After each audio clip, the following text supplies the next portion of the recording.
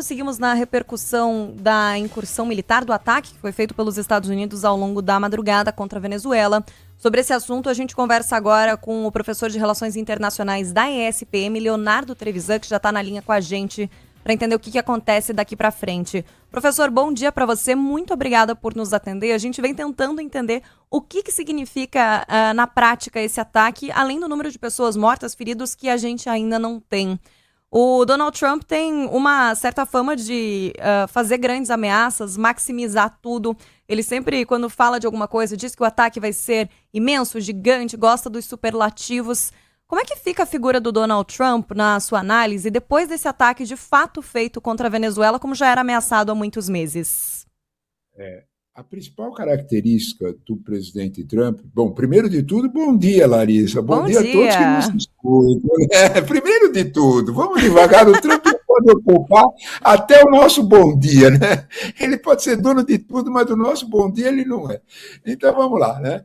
A gente tem que olhar de alguma forma que o Trump é absolutamente imprevisível, né?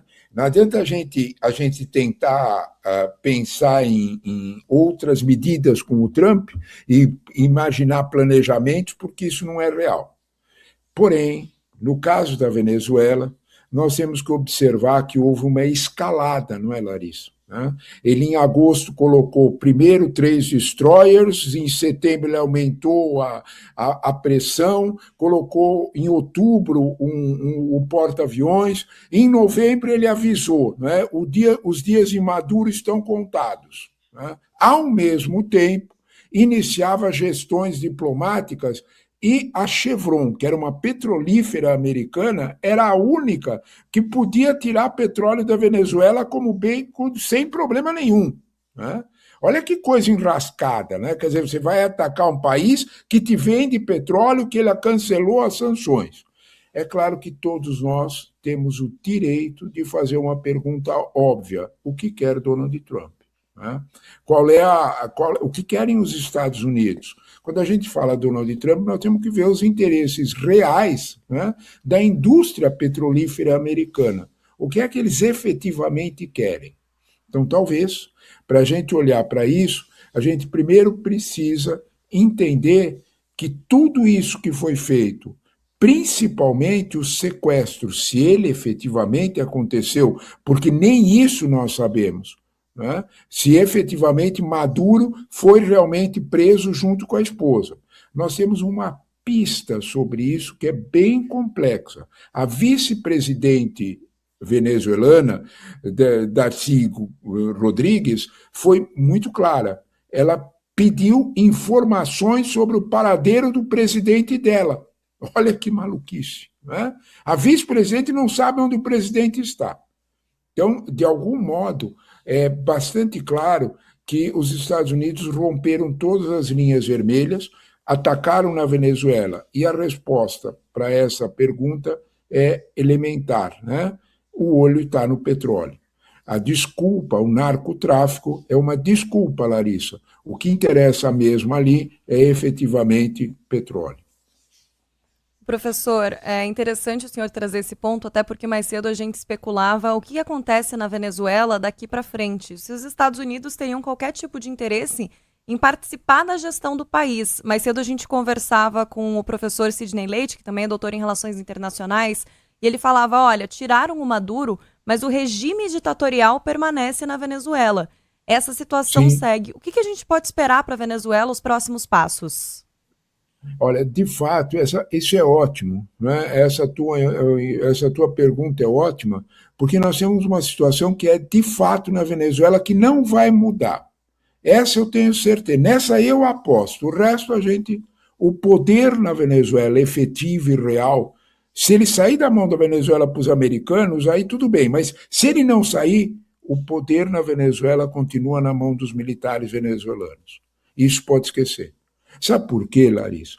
Porque na Venezuela há anos, já desde o final do governo Chávez, já durante a segunda fase do governo Chávez, os militares venezuelanos se imbricaram. É caso único na América Latina.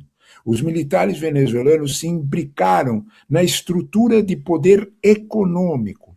não tem indústria, não tem nenhuma empresa média ou grande na Venezuela que não tenha 1, 2, 3 militares no seu board.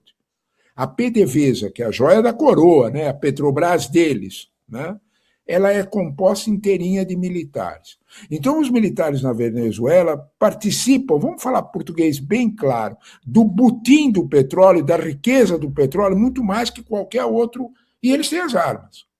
Então, é indiscutível que o poder militar na Venezuela é a grande questão. Né? É exatamente a tua observação.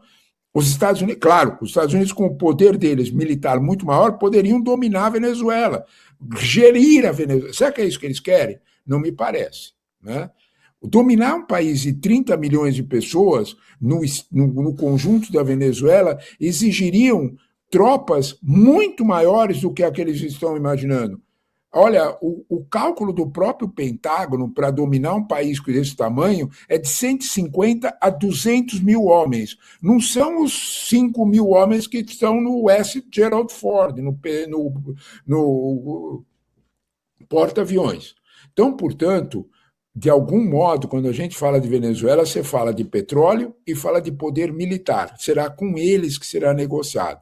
Se Maduro saiu de cena, se Maduro foi embora e a coisa acabou para ele, ela não vai acabar no dia a dia de todos os coronéis, generais e brigadeiros venezuelanos que participam da vida econômica do país. Isso não vai mudar.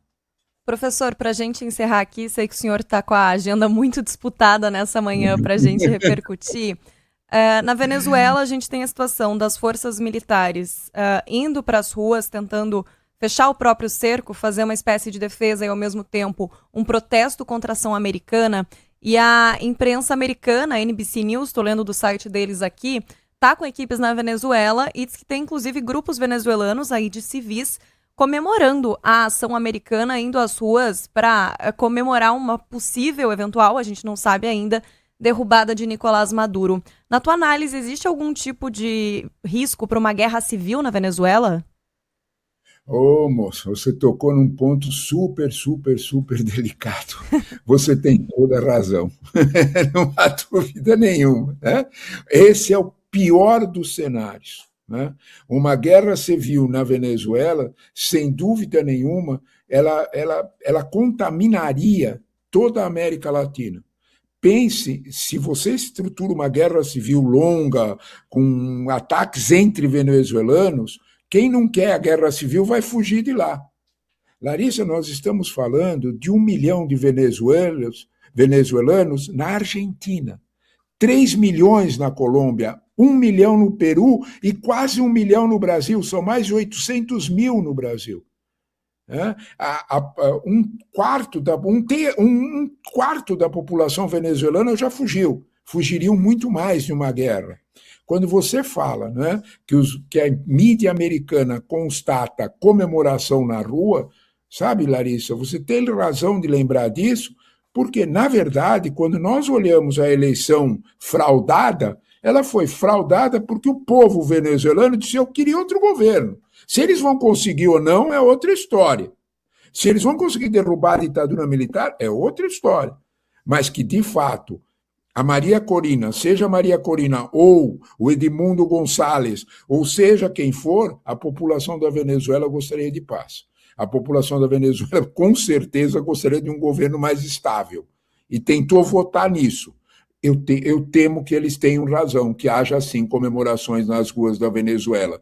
Principalmente porque a Venezuela tem, de volta, uma das maiores inflações do mundo e, principalmente, hoje, praticamente 70% da população venezuelana, olha bem o número, 70% come das cestas básicas que o governo distribui. Basta isso para a gente ter uma ideia de que a situação na Venezuela não é boa para o povo venezuelano. Professor Leonardo Trevisan, professor de Relações Internacionais da ESPM, te agradeço demais por encaixar a Band News FM nessa tua agenda. Vamos conversando ao longo das próximas horas, ao longo dos próximos dias, para entender esse cenário todo. Muito obrigada por nos atender, viu? Obrigado a vocês, Larissa, pelo convite.